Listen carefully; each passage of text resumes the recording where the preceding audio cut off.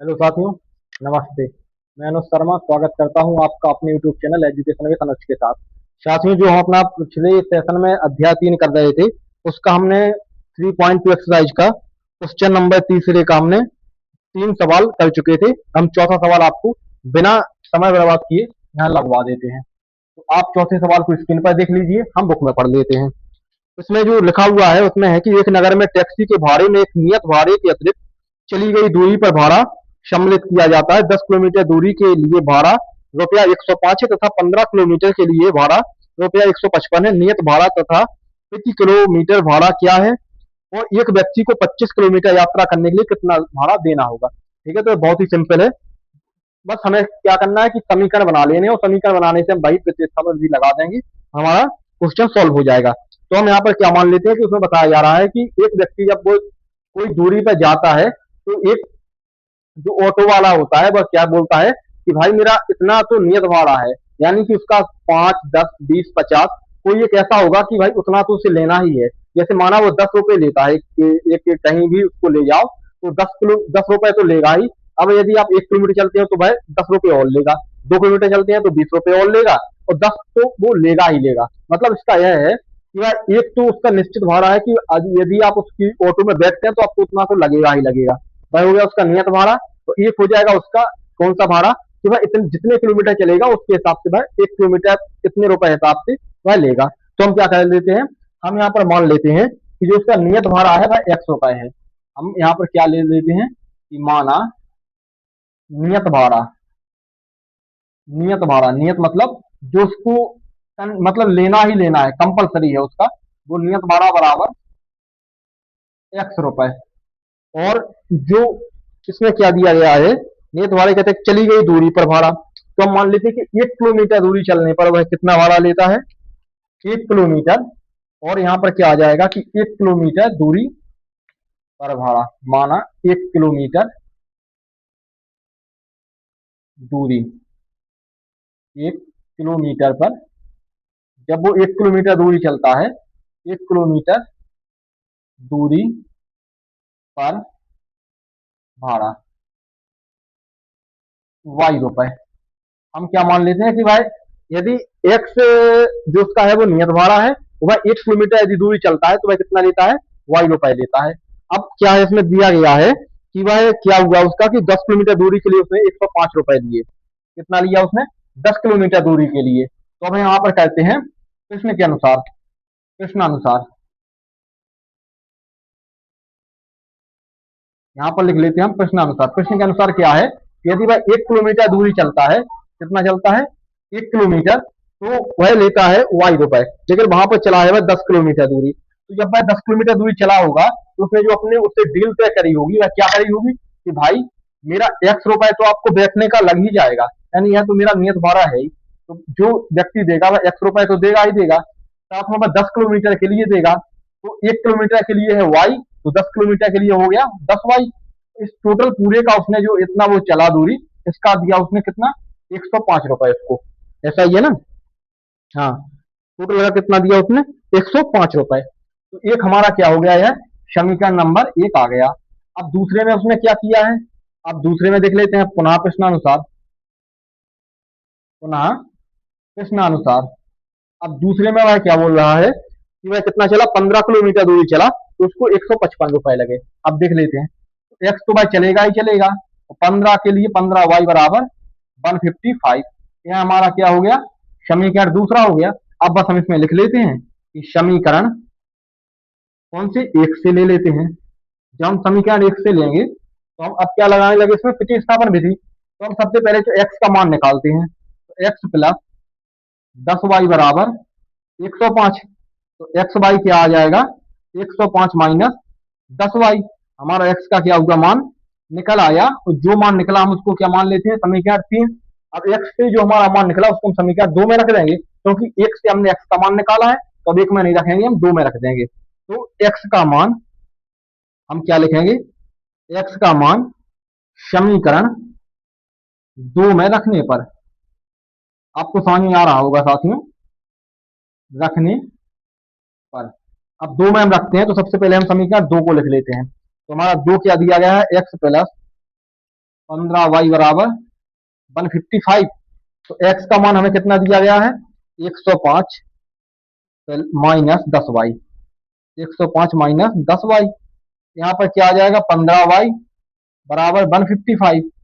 तो यहाँ पर क्या हो जाएगा हमारा 105, ओ सॉरी, जो 15y में से 10y चले जाएंगे हमारे आराम से, इस 105 को हम इस तरफ ले जाएंगे, इनका यहाँ पर हम ऐड करेंगे तो प्लस माइनस माइनस होगा, 15 में से 10 जाएंगे तो यहाँ पर हमारा क्या बचेगा, 5y बचेगा, प्लस का बचेगा क्योंकि प्लस की संख्या बड़ी है।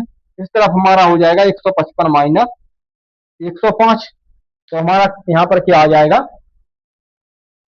अब देखिए आप, यहाँ पर 5y बराबर 155 माइनस 5 है, तो यहाँ पर 5y बराबर 155 में से 105 जाएंगे, क्या बचेगा, 50 बचेगा। तो y बराबर हमारा 50/5 आ जाएगा। तो y बराबर क्या आ गया हमारा 10, जो हमारा y का मान निकल आया, यानी कि 1 किलोमीटर की दूरी के लिए उसको 10 रुपए लग रहे हैं। अब जो हमारा y का मान निकलता है इसको समीकरण 3 में रख देते हैं। y का मान समीकरण 3 में रखने पर, 3 में रखने पर, अब जैसे हम इसको समीकरण 3 में रखते हैं तो 3 कौन सा दिया गया हमारा, x बराबर 105 माइनस 10y। तो हमारा क्या निकल के आएगा, x बराबर 105 ऐसे ही माइनस 10 गुणा 10 आ जाएगा, क्यों, क्योंकि y का मान 10 है।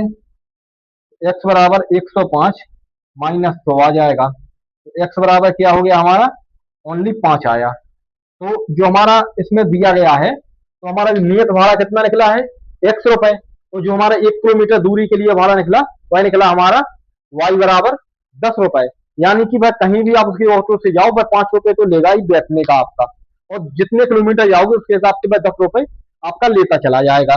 तो इसमें क्या हुआ कि हम इसको, अब उसको बता रहा है वो कि भाई उसको 25 किलोमीटर की यात्रा करनी है तो भाई कितना लेगा, तो 25 किलोमीटर के लिए अब क्या हो गया कि 25, अब आप यहाँ पर लिखिए कि 25 किलोमीटर के लिए भाड़ा।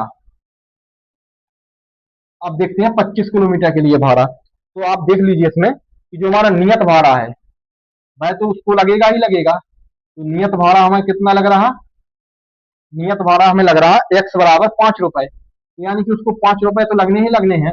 तो जो 25 किलोमीटर के लिए भाड़ा है, 25 किलोमीटर के लिए भाड़ा, अब आएगा 25 किलोमीटर के लिए भाड़ा, के लिए भाड़ा, तो जो हमारा 25 किलोमीटर के लिए भाड़ा लगेगा वह कितना लगेगा, 1 किलोमीटर के लिए लगता है 10, तो 25 किलोमीटर के लिए लगेगा 25 गुना 10, यानी ओवरऑल लगेगा कितना, ₹250। तो अब उसको जो 250 लगे हैं, तो अब हमारा कितना आ जाएगा ओवरऑल, जो आंसर आ जाएगा उसको 250 25 किलोमीटर के लिए, और 5 उसको लगे हैं नियत भाड़ा, यानी कि हमारा अब आ गया टोटल ₹255। तो उसको पूरा कितना लगेगा, ₹255 लगेंगे उसको। ₹255 में क्या होगा कि वह अपने 25 किलोमीटर की यात्रा कर लेगा साथियों। अब आपको समझ में आया, सवाल आ गया होगा। इसमें कुछ नहीं है, उसमें नियत भाड़ा बताना है, और जो 1 किलोमीटर दूरी के लिए हमने क्या मान लिया, तो नियत भाड़ा हमने x मान लिया, 1 किलोमीटर दूरी के लिए वो y मान लिया। जब उसमें दिया गया है कि जो नियत भाड़ा तो उसको हर बार लगना ही है, तो x तो लगना ही है। अब 10 किलोमीटर चला तो 10y बराबर ₹105 लगे। यहाँ पर नियत भाड़ा लगे, 15 किलोमीटर चला तो 15y के लिए उसको 155 हो गए। समीकरण अब हम पूरा अपना वही लगा देंगे, प्रतिस्थापन विधि जैसे हम निकालेंगे तो y का मान निकल आएगा, x का मान निकल आएगा। x का मान है वो नियत भाड़ा है, y का मान 1 किलोमीटर के लिए भाड़ा है। इसे 25 किलोमीटर के लिए पूछा था, तो 25 किलोमीटर के लिए ₹10, 1 किलोमीटर के लिए तो 25 किलोमीटर के लिए ₹250, तो ₹5 उसको नियत भाड़ा लगना है, टोटल लगना है उसको ₹255। आपको बहुत अच्छी तरह से समझ में आ गया होगा। अब हम क्या करते हैं, अपना नेक्स्ट सवाल आपको लगवा देते हैं। और यदि आपको सेशन अच्छा लग रहा हो तो आप लाइक कर लीजिए, और कमेंट में हमें जरूर बताइए कि आपको कैसा लगा सेशन। अपने दोस्तों में भी शेयर कर दीजिए ताकि वह भी ऐसे कंटेंट का मजा ले सकें। और सब्सक्राइब ना किया हो आपने चैनल तो आप सब्सक्राइब कर लीजिए ताकि आप हमसे डेली जुड़ते रहें। अब हम क्या करते हैं, अपना नेक्स्ट क्वेश्चन कहते हैं, आप स्क्रीन पर देखिए, हम यहाँ पर लेते हैं। यदि किसी भिन्न के अंश और हर दोनों में 2 जोड़ दिया जाए तो वह 9/11 हो जाती है। यदि अंश और हर दोनों में 3 जोड़ दिया जाए तो वह 5/6 हो जाती है। वह भिन्न ज्ञात कीजिए। यह भी बस उसी तरह का सवाल है साथियों। जो हमारा पांचवा सवाल दिया गया है, पांचवा ही है ना, हाँ पांचवा ही है। इसमें क्या दिया गया है, भिन्न दिया गया है, अंश और हर में जोड़ना है। तो आप स्क्रीन पर देख रहे होंगे। तो इसमें क्या है कि हम क्या करते हैं कि हम माना हर बराबर, हम हर मान लेते हैं किसी को, तो हम क्या मान लेते हैं, किसी भिन्न का हर एक्स हो गया, और हम अंश और मान लेते हैं, अंश मान लेते हैं हम वाई। ठीक है, तो हम क्या करते हैं, अब उसमें दिया गया है पहली शायद, तो हम यहाँ पर शायद लिख लीजिए, आप प्रश्नानुसार लिख लीजिए, जो भी आपको अच्छा लगे। शायद पहली क्या दिया गया है, उसमें दिया गया है कि यदि किसी भिन्न के, किसी भिन्न, तो हमारी जो यहाँ पर जो भिन्न बनेगी वह भिन्न होगी हमारी एक्स बटे वाई। जो हमने जब शायद जो हमने हर अंश मान लिया, तो भिन्न बराबर क्या होता है, आप जानते होंगे साथियों, भिन्न बराबर होता है अंश बटे हर। क्या होता है, अंश बटे हर, अंश बटे हर। तो यहाँ पर आप एक काम कीजिए कि माना अंश मान लीजिए एक्स को, हर मान लीजिए एक्स को, तो और अच्छे से आपको क्लियर हो जाएगा।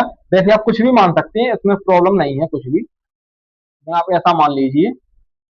तो अब एक्स बटे वाई आ जाएगा आपका, जो अंश हो गया, तो ये क्या हो गया, भिन्न क्या हो गई उसकी, एक्स बटे वाई हो गई। अब उसमें दिया गया है पहली कंडीशन, देखिए शर्त पहली,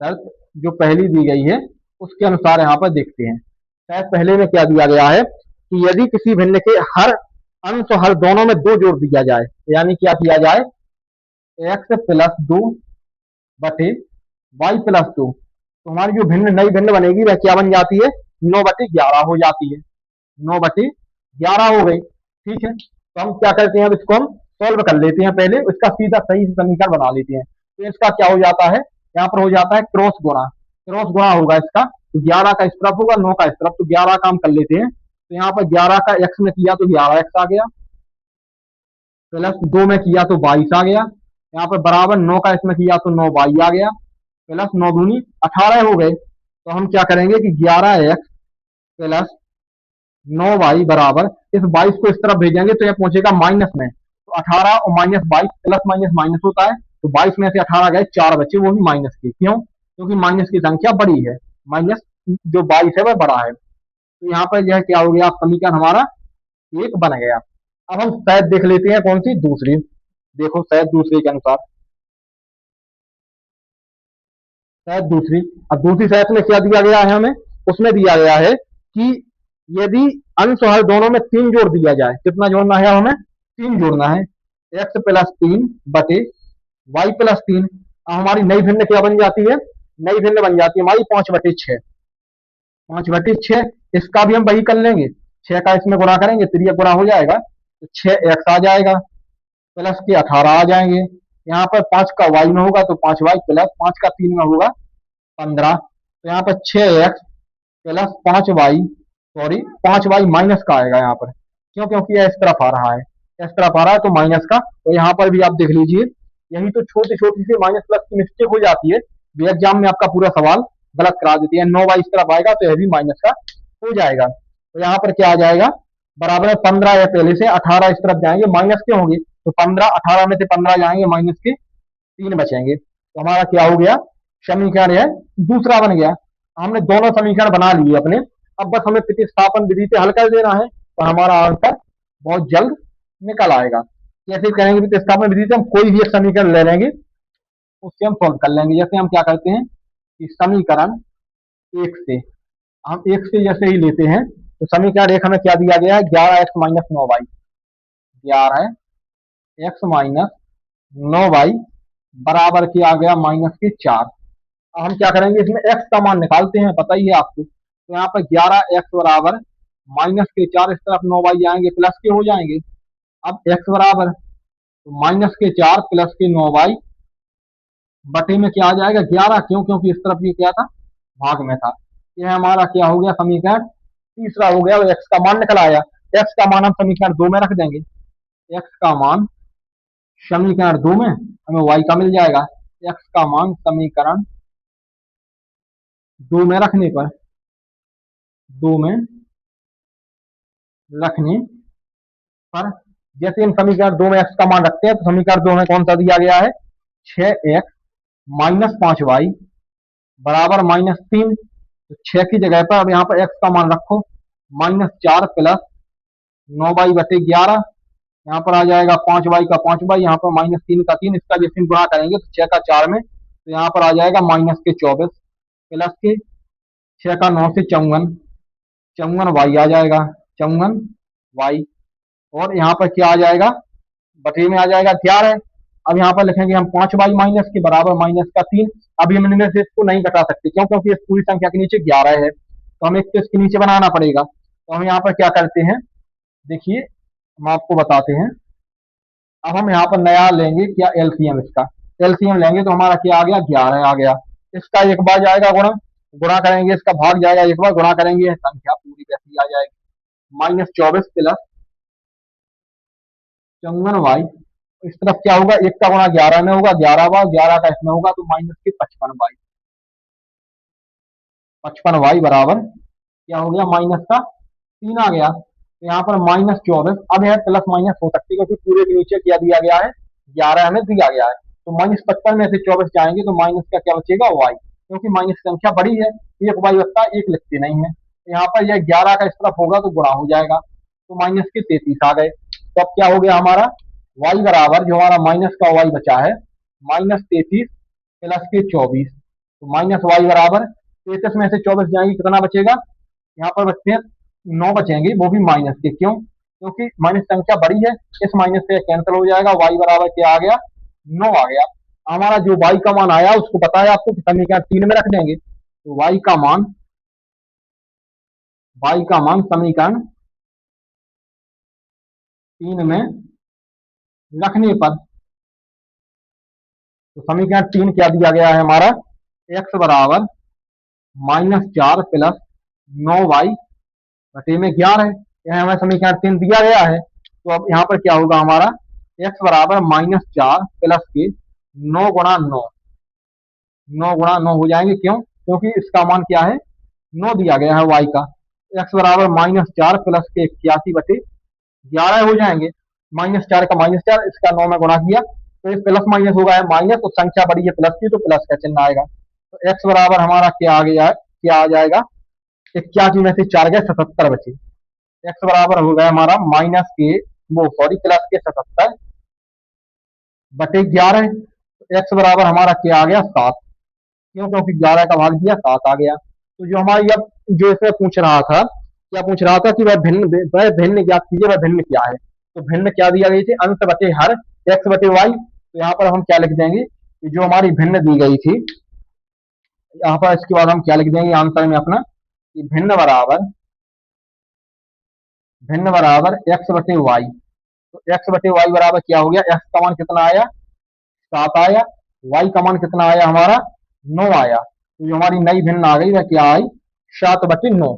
जो हमने यहाँ पर माना था वह भिन्न क्या थी हमारी, 7/9 थी वह हमारी भिन्न। तो आपको यह सवाल आप देख लीजिए, आपको अच्छे समझ में आ गया होगा, क्योंकि हमारी इसमें जो भिन्न दी गई थी हमें, वह दी गई थी, हमने x बटे वाई मानी थी, तो x का मान हमारा 7 निकला है, y का मान हमारा 9 निकला है। तो भिन्न हमारी जो बन जाएगी नई, वह x बटे वाई बन जाएगी। हमारी इस एक्सरसाइज का अंतिम सवाल बचा हुआ है, तो हम आपको बहुत ही जल्दी वह सवाल भी क्या है कि करवा देते हैं। 5वां स्कूल जैकब की आयु उसके पुत्र की आयु से 7 गुनी थी, वर्तमान आयु क्या है। ठीक है साथियों, चलो रहने दो, इस सवाल को हम आपको अगले नेक्स्ट सेशन में करवाएंगे। अभी तक के लिए आपने ये दोनों सवाल बहुत अच्छे से किए हैं, इनको ही बहुत अच्छे से आप रिवीजन करना, और निश्चित है कि इनमें सवाल निश्चित आता ही आता है, हर बार आता है, इस बार भी निश्चित आएगा। तो अगले सेशन के लिए, इस सेशन में आप लोगों को जुड़ने के लिए बहुत बहुत आप लोगों का धन्यवाद, और जय हिंद।